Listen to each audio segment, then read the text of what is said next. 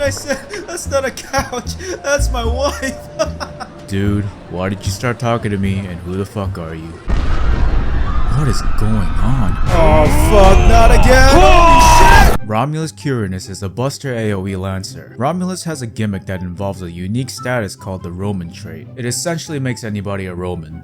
His NP can deal an extra 100% damage against Roman enemies, plus another 20% for each Roman trait you're able to inflict. The amount of traits an enemy can have for maximum damage caps at 10, meaning you can potentially deal an extra 200% damage on top of the initial 100%. His NP also inflicts the Roman trait for 5 turns, but unfortunately after you're done dealing damage. It also gives your party the Roman trait as well, so literally everyone becomes a Roman. Finally, his overcharge is a nice AoE attack buff ranging from 10 to 30%. Alright, sit tight folks, cause his kit is a chunky one. Now, as you can probably guess, his kit also revolves around the Roman trait, but thankfully he's also a really good offensive supporter. His first skill increases the party's attack and critical damage by 20% for 3 turns. It can also further increase the critical damage by 30% for all Roman allies. And finally, the skill can inflict the Roman trait on all enemies for 5 turns. Now, it seems like the game wants you to use his NP so your entire party can get the extra crit damage. But if you have Romulus out, he will most likely be your main damage dealer, so you don't gotta worry about that, especially since he's already a Roman servant.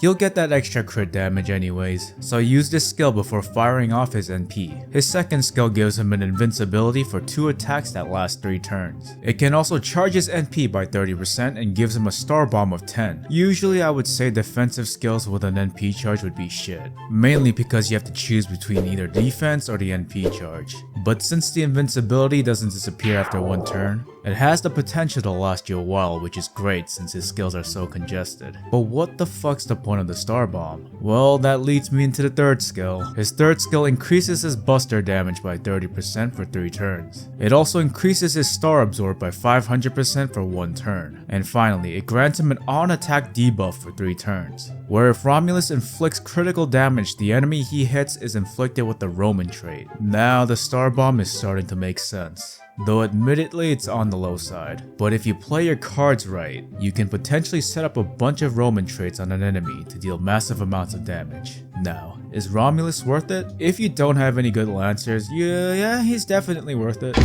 Ah, fuck, he's back.